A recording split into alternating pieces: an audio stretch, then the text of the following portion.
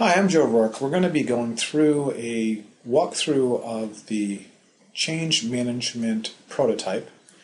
These are the design prototype that we have that outlines the changes that are being put into the product to support change management in order to better support ITIL best practices. So I'm going to start here with a standard ticket. One of the things you'll see here is this is a problem ticket. You can have problem, incident, and service request tickets currently within Autotask. And one of the things that you'll be noted in the design is that in addition to time, notes and attachments, costs and expenses, service calls, problems, and incidents, you also have changes where you can have whatever associated, if there's associated change or that is currently attached with this problem ticket or with the incident. What we're also doing is we're putting in a number next to each field to indicate whether or not there are actually any elements that are currently part of it. So when you look at a problem ticket, you immediately know that there was a change ticket that's associated because of the one as an indicator.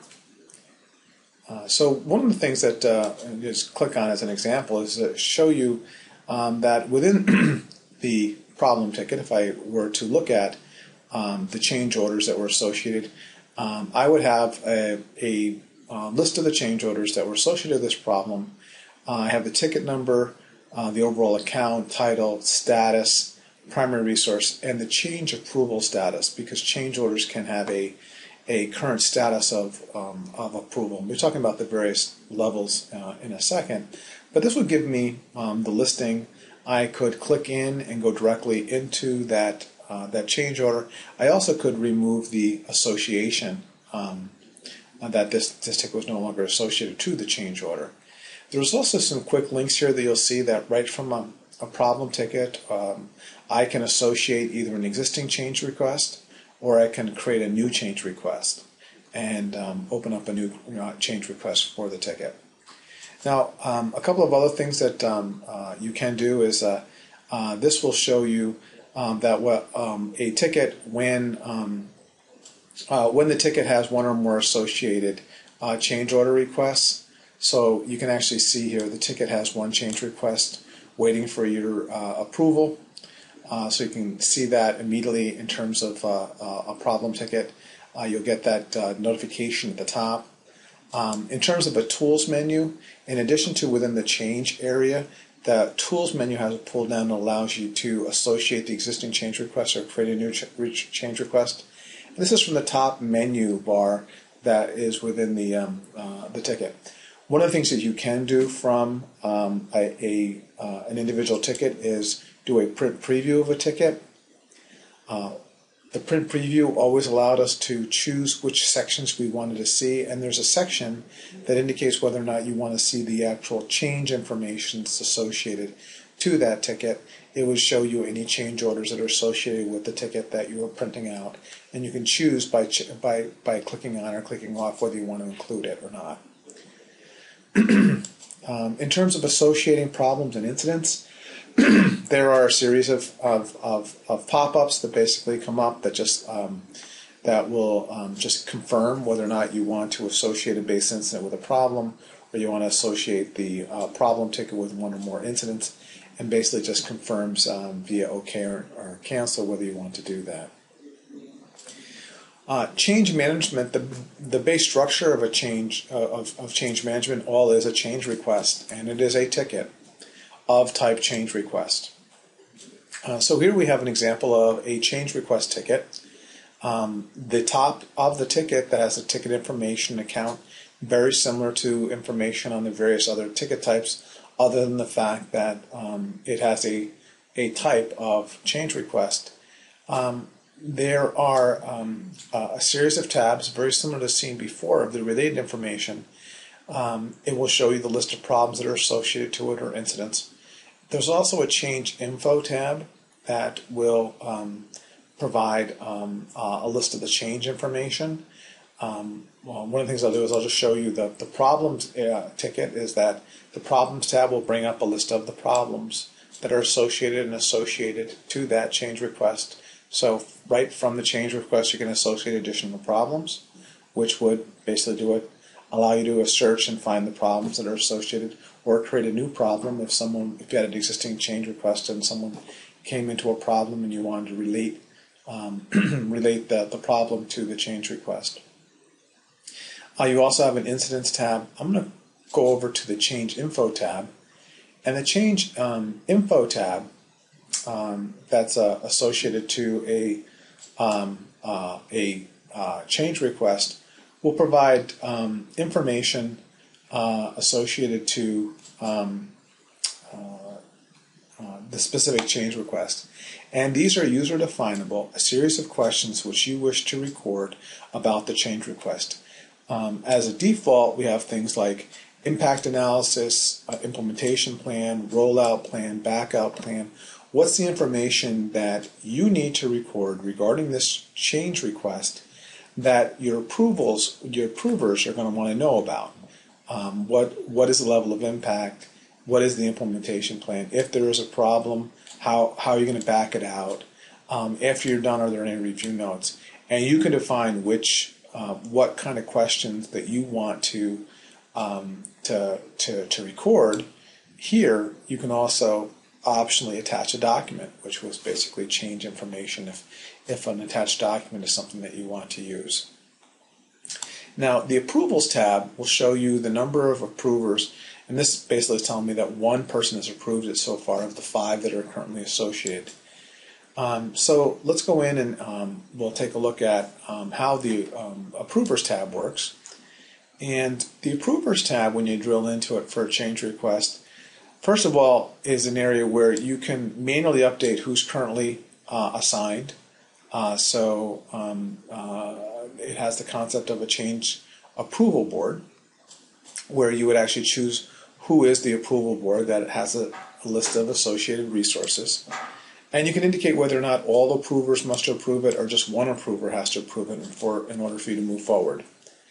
In addition, you can assign contact approvers. This is contacts at the account. And you can also put in other users that you want to, other resource approvers. So manually choose approvers that are going to be added to the list. At the top, you'll see a status, which is currently the current status of the approval. This indicates partially approved. We indicated that one person is approved out of 5. You can cancel the requested approval, or you can reissue a request for approval where basically everyone needs to then reapprove it. And the idea might be that you might have one person, as you're building it out, at one point you're going to request the approval be submitted to everyone. So you'll fill out all the information, and now you're ready to request approval, and now the people on the approval board will get an email saying you need to look this over and approve it. At some point it might be that someone rejects it and you want to cancel out the request for approval from everyone else, make whatever changes you want to make in terms of the change request, and then re-request the approval from the approval board. So you can do that all here, and in fact it'll continue to say partially approved and won't be approved until, in this case, since all approvers must approve, it will be partially approved until the 5th person approves it. You also will see below this main area a list of the people, and what this will do is this will list out and all the approvers, along with if there's a customer that needs to approve it, that need to approve it. If they have approved it, it'll be a check mark, it'll have the date, and it'll actually have whatever information that they have indicated in terms of their approval. So you'll have those notes. If you are currently logged in this case, if I was logged in as Jim, I'd be able to click on my name and actually put in my comments and say either approve or reject. So the currently logged in person, if they were looking for approval, could update as part of the approval board. Okay. So there are a couple of things that you might want to deal with, and this is the kind of the status items. One of the things that you can kind of see is that I can go in and put in my approval.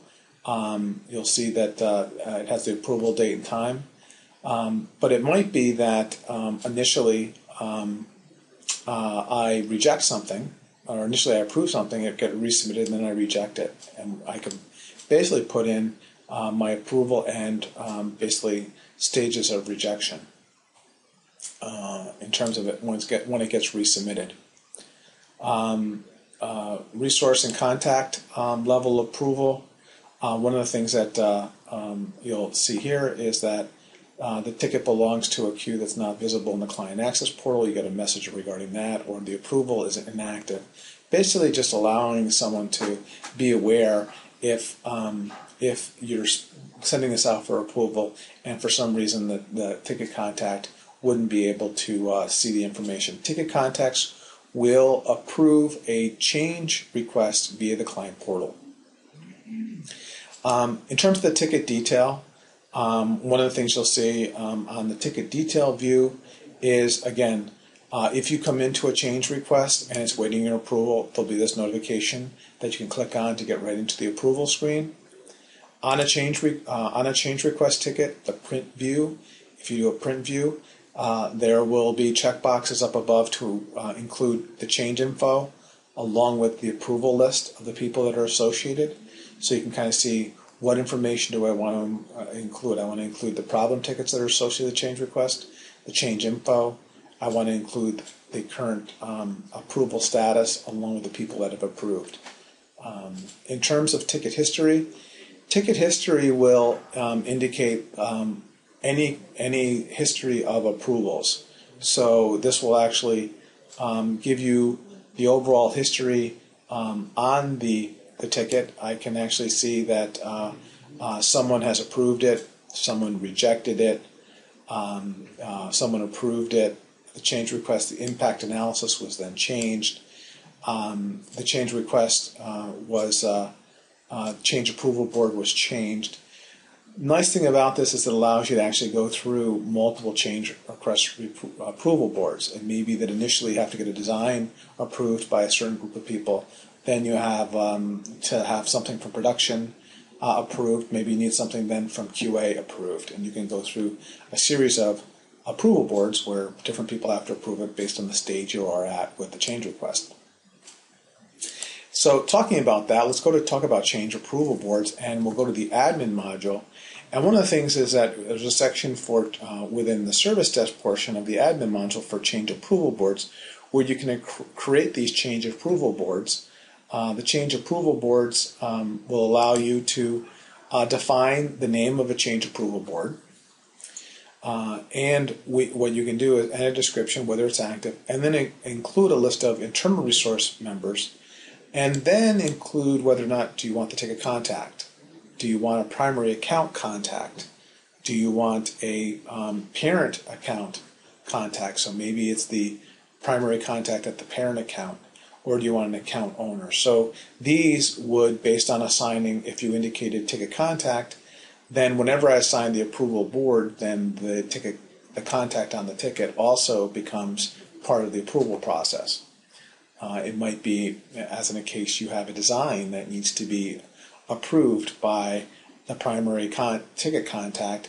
By simply having them as one of the members, then they would receive the email as part of workflow notifications, and they could go into the client portal and then approve that within the client portal.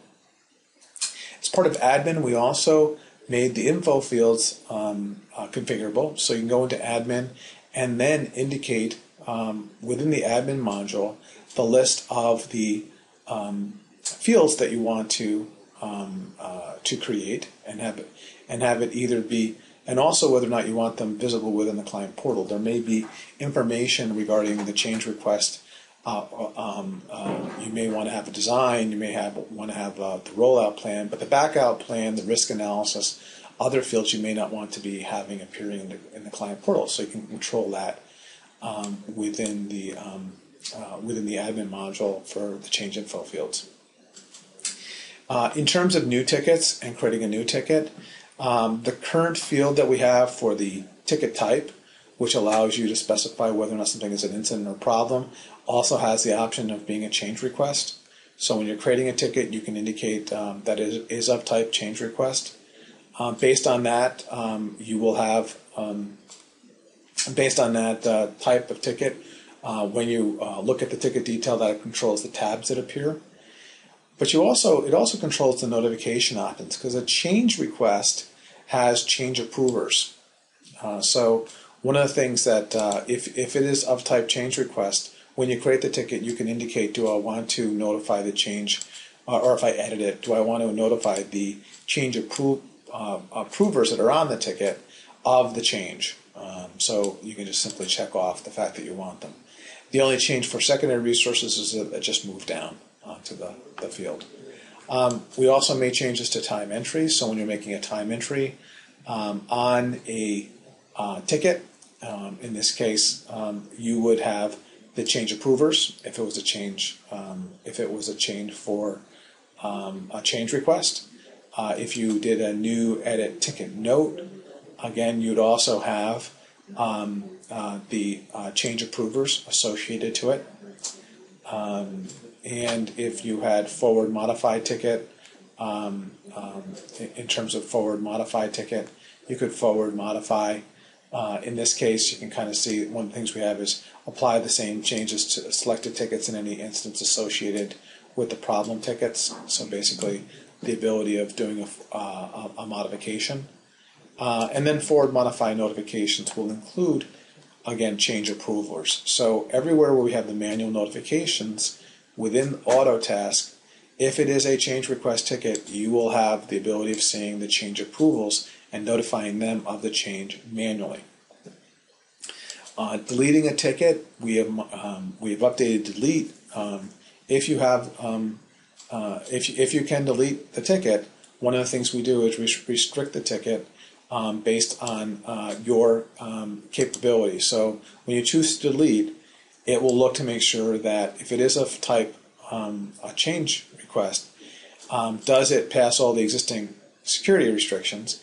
And if it's a change request, have any approvers already provided approvals and rejections?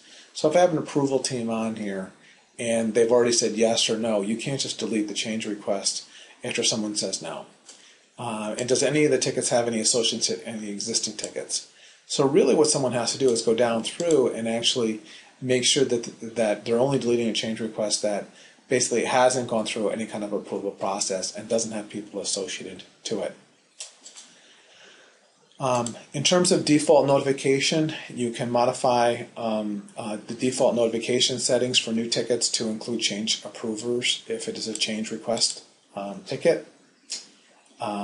So that basically says that anytime you create a new ticket as a type change request, I want to default and say, do I want to include change approvers or not with that? In terms of navigation, we've added a number of things. Navigationally, in the service ticket, you have a My Workspace area, which allows you quick links to get into your tickets. One of which we included was my change approvals. So basically, these are change orders of which I am on the approval board for. A lot of people, in addition to the left nav bar, typically use My Task and Tickets as a way of dealing with all of their tickets. So for My Task and Tickets, we added a new tab, My Change Approvals, which includes the change request number of tickets that are waiting, that are part of change requests that I am on the approval board for. You can also see here's one that has I've approved for it, but it's only partially approved. And here's one that's pending my approval, and they have requested approval. So one of the things that the overall change approval status in the ticket will go through is requested, partially approved, approved, rejected. The home left nav bar as well has a My Change Approvals on the home nav bar, coming right after my service calls. Now the ticket grids were updated in a couple of ways. From the standpoint of the ticket grids, when you are on a ticket grid, in addition to the new pull down now has a change request right within the grid. So I can create an incident, I can create a problem, I can create a change request, I can create a recurring ticket. The column chooser has been updated for your ticket grids to include the change approval status along with the change approval board name. So if I were to do a ticket search for change requests, I can immediately see which ones were pending and who the approval board happened to be on it. So those criteria are part of the ticket search area for advanced fields. I have a pull down that allows me to select based on the approval status. I can choose of ticket type change request, and I can choose based on approval looking for a specific board that has to be approved. Tickets, we talked about tickets being a new ticket type. The favorites have also been modified for ticket, for time, and for note, so that you can default in the information when you're creating a new change request. You can create a speed code associated to a ticket favorite that will default information on change request, even filling in the change information and defaulting in the notification. So I could actually create a standard change request. If I wanted to have a change request go through for, create a change request for onboarding, I could create a change request, standard one, have the standard fields automatically filled in, and it would fill in the whole change request for me. In terms of, again, for time entry, it's really about, for time entry, do I want to, by default for a time entry, check off the fact that I want the change approvals for notification purpose being selected. The same would be due for ticket notes. For editing of a ticket, you can set up a template. So this is the notifications that get used. And again, one of the things that you'll see in terms of the variables is that we included the change approval board and the change approval status and associated fields associated to the change info that can be included in your ticket templates. And these templates are used both for the manual notifications and for your workflow notifications. In terms of workflow rules, a couple of things that you really want to do for workflow rules is that events have been updated based to be able to trigger based on change approval was requested. So when a change approval gets requested, you want to have a workflow rule fire. Or if the change is approved by someone, whether it be someone with an Autotask, the client portal user, do you want an approval gone? When the client approves something, do you want to notify the primary resource on the ticket? And if the change is rejected by, again, you want to have something occur within the system. So you can do that. You also have a series of condition fields where you can, based on the ticket type, so the ticket type happens to be a change request. If the change approval type is equal to, and in this case, you can actually kind of say the change request type all approvers must approve or one approver must approve. That's kind of the change approval type. Change approval status, not assigned, assigned, requested, partially approved, approved or rejected. Conditionally, I want to look at that. And I want to operate differently based on whether or not what is the current status of this, and I want to notify someone. So it could be that when the change is approved by anyone and the status becomes fully approved, then I notify the project member that he can move forward. And if it's modified by anyone and the approval is now failed because someone has rejected it, then I want to operate on that. We also use the change approval board field, and this is the name, database, technology, whatever the approval board is that you've identified, you can actually use this condition. Two of the updates that we've provided are the ability to set a change approval board automatically within workflow rules and to set the change approval type. So again, whether or not everyone needs to approve it or whether or not one person needs to approve it. So this automatically would allow you to also set up a process that when something hit a certain when someone hit a certain queue or a certain status of a ticket, it could automatically assign the approval board, indicate that all people must approve it, to actually set a sequence of approvers that need to be done. Associated to that, again, you have a notifications tab in the workflow rules, and of course you can indicate whether or not you want to notify the change approvers in terms of an automated email. Custom security level. One of the things that you'll see here is that service tickets, you can specify whether or not for both project security and for service, being able to search service tickets, which service tickets you can actually see in terms of it. So some modifications here about what the user would see based on the fact that they were now an approver. They get a chance to get in and see that information.